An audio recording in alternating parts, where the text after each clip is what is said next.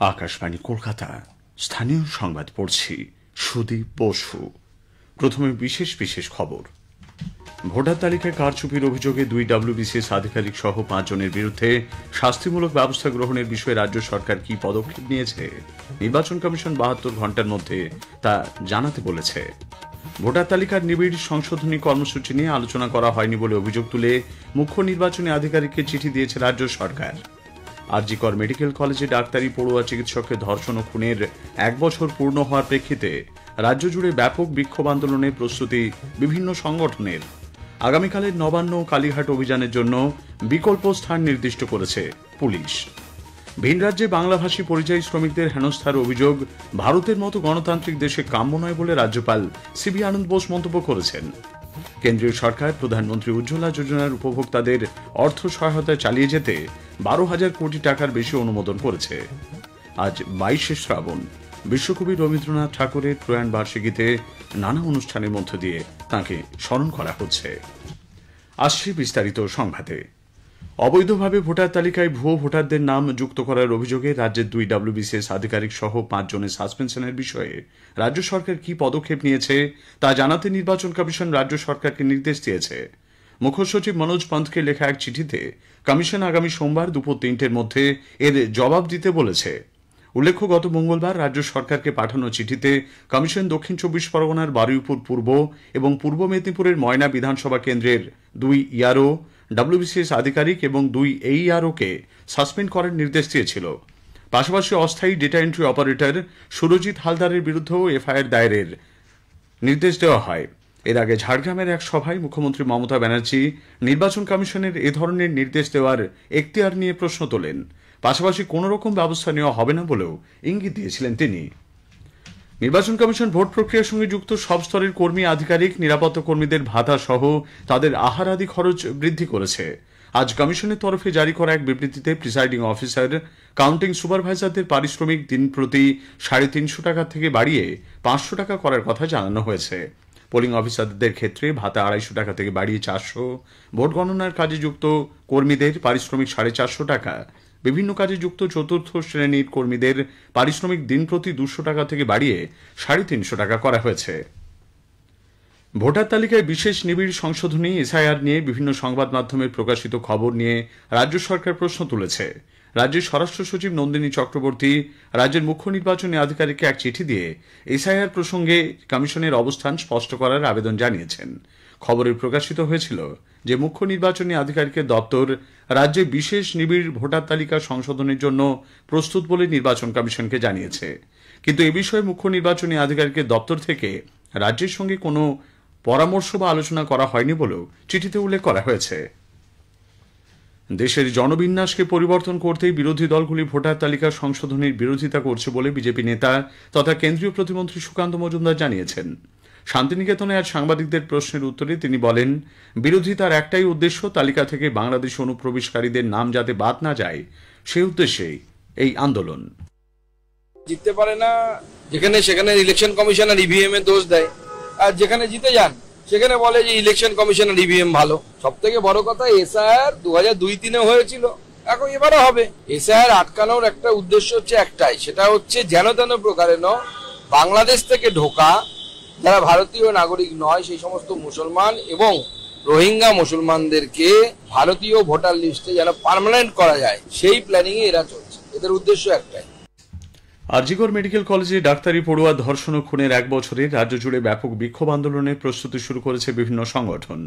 ডাক্তারি পড়ুয়া অভয়ার মা বাবার ডাকে আগামীকাল নবান্ন অভিযানে অংশ নিতে দলমত নির্বিশেষে সকলকে আহ্বান জানানো হয়েছে। দিল্লি থেকে ফিরে সাংবাদিকদের কাছে অভয়ার বাবা সিবিআই তদন্তের অগ্রগতির ব্যাপারে ক্ষোভ প্রকাশ করেন। সিবিআই ডিরেকশনে দেখা হলো, কিন্তু সত্যি কথা বলতে কি যা কথা হলো না, মানে সিবিআই এর মতন 140 কোটি লোক যাদের দিকে তাকিয়ে থাকে, যাদের ভরসায় দিন যাপন করে, তারা যে এত ভোকাস একটা জিনিস হতে পারে সে অভিজ্ঞতা আজকে আমার হয়েছে। কিরকম সিবিআই ডিরেক্টর নিজে বলছে আমরা মামলা ছেড়ে দেবো। কোর্টে গিয়ে বলুন, আপনারা কোর্টে গিয়ে আপনাদের বলতে কি অসুবিধা।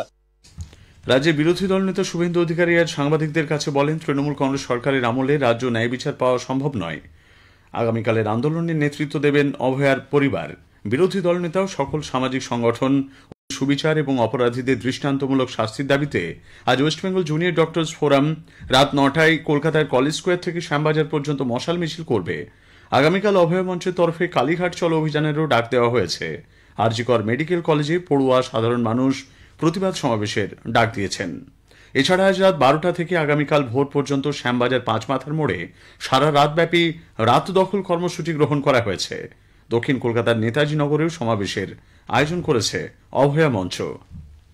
নবান্ন অভিযান বা কালীঘাট অভিযানে কলকাতা ও রাজ্য পুলিশ কোনোভাবেই অনুমতি দেবে না বলে জানিয়ে দিয়েছে। এর পরিবর্তে তারা দুটি বিকল্প জায়গা আন্দোলনের জন্য নির্দিষ্ট করেছে। নিয়ম না মানলে কড়া পদক্ষেপ করা হবে বলে কলকাতায় আজ সাংবাদিক বৈঠকে এডিজি দক্ষিণবঙ্গ সুপ্রতিম সরকার জানিয়েছেন।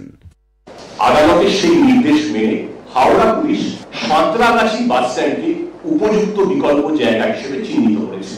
কলকাতা পুলিশের তরফে আরআর এভিনিউ, রানী রাসমণি এভিনিউকে উপযুক্ত বিকল্প জায়গা হিসেবে চিহ্নিত করা হয়েছে। যে সংগঠক ঠিক কারা সে ব্যাপারে কিছুটা বিভ্রান্তি আছে, কিন্তু সমাজ মাধ্যম এবং আমাদের ইন্টেলিজেন্স ইনপুটস অনুযায়ী আমরা কয়েকটি নাম পেয়েছি, যে লিখিতভাবে জানিয়ে দিচ্ছি কয়েকজনকে, আর যাদের লিখিতভাবে জানাতে পারছি না তাদেরকে আপনাদের মাধ্যমে জানাচ্ছি। কলকাতার পুলিশ কমিশনার মনোজ ভার্মা আন্দোলনকারীদের কলকাতা হাইকোর্টের নির্দেশ মেনে শান্তিপূর্ণভাবে অভিযানে অংশ নেওয়ার আবেদন জানান। আগামীকালের অভিযানের জন্য অনুমতি চেয়ে কোনো সংগঠনের তরফে পুলিশের সঙ্গে যোগাযোগ করা হয়নি বলেও তারা জানিয়েছেন। অভয় মঞ্চের ডাকে কালীঘাট অভিযানের বিরুদ্ধে দায়ের মামলায় কোনো লিখিত নির্দেশ দেয়নি কলকাতা হাইকোর্ট। বিচারপতি তীর্থঙ্কর ঘোষ বলেছেন, এই ধরনের মামলা তিনি এবার থেকে আর শুনবেন না। গতকাল আদালতের ডিভিশন বেঞ্চ পর্যবেক্ষণে জানিয়েছে, সংগঠকরা মিছিল বা জমায়েত করতেই পারেন, আইন অমান্য করলে পুলিশ প্রয়োজনীয় পদক্ষেপ নেবে। ভিন রাজ্যে বাংলাভাষী পরিযায়ী শ্রমিকদের হেনস্থার অভিযোগ ভারতের মতো গণতান্ত্রিক দেশে কখনোই কাম্য নয় বলে রাজ্যপাল সিভি আনন্দ বোস মন্তব্য করেছেন। রাজভবনে আজ টাটা স্টিল ওয়ার্ল্ডের একটি চিত্র কর্মশালার উদ্বোধন করে সাংবাদিকদের তিনি বলেন, কেন্দ্রীয় সরকার অবশ্যই এ বিষয়ে সদর্থক পদক্ষেপ নেবে। This is an issue which has received national attention. We are a mature democracy. We will be able to sort out such issues in a satisfactory manner. The process is on, and I am sure that the nation will get justice. As Governor of West Bengal, my reply to that will be Banglar Mati, Banglar Jal, Banglar Bayu, Banglar Phal, Puno Hok, Puno Hok, Puno Hok ke Bodhwai. স্থানীয় সংবাদ শুনছেন আকাশবাণী কলকাতা কেন্দ্র থেকে। আমাদের সংবাদ শোনা যাচ্ছে YouTube channel Akashvani সংবাদ বাংলা, ফেসবুক, ইনস্টাগ্রাম আকাশবাণী সংবাদ কলকাতা এবং এক্স হ্যান্ডেল এআইআর নিউজ কলকাতাতে।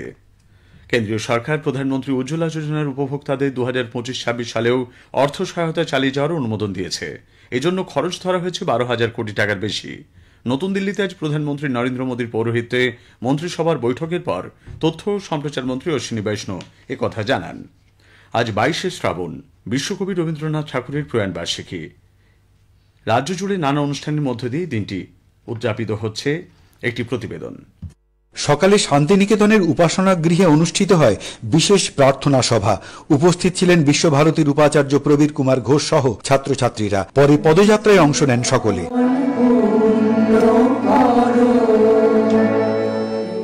নিমতলা মহাশ্মশানে কবির স্মৃতিসৌধে পুষ্পার্ঘ্য অর্পণ করেন মন্ত্রী শশী মাজা ও ফিরহাদ হাকিম। নবান্নে কবির প্রতিকৃতিতে মালা দেন মন্ত্রী অরূপ রায়।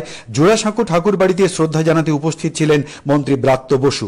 22শে শ্রাবণ উদযাপনের অঙ্গ হিসেবে রাজ্য তথ্য ও সংস্কৃতি দপ্তরের উদ্যোগে আজ থেকে এ মাসের 13 তারিখ পর্যন্ত রবীন্দ্র সদন, শিশির মঞ্চ, বাংলা একাডেমি ও নন্দন চত্বরে প্রতিদিন সন্ধ্যায় থাকছে রবীন্দ্রনাথের কবিতা ও গান।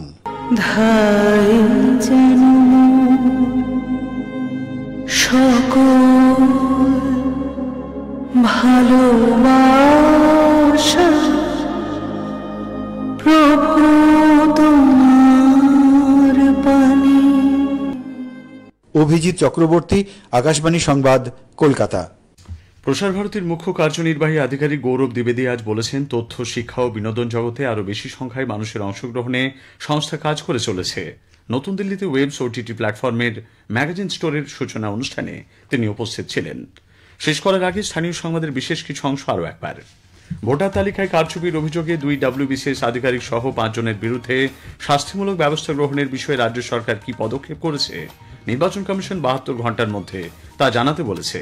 ভিন রাজ্যে বাংলাভাষী পরিযায়ী শ্রমিকদের হেনস্থার অভিযোগ ভারতের মতো গণতান্ত্রিক দেশে কাম্য নয় বলে রাজ্যপাল সিভি আনন্দ বোস মন্তব্য করেছেন। স্থানীয় সংবাদ শেষ হলো।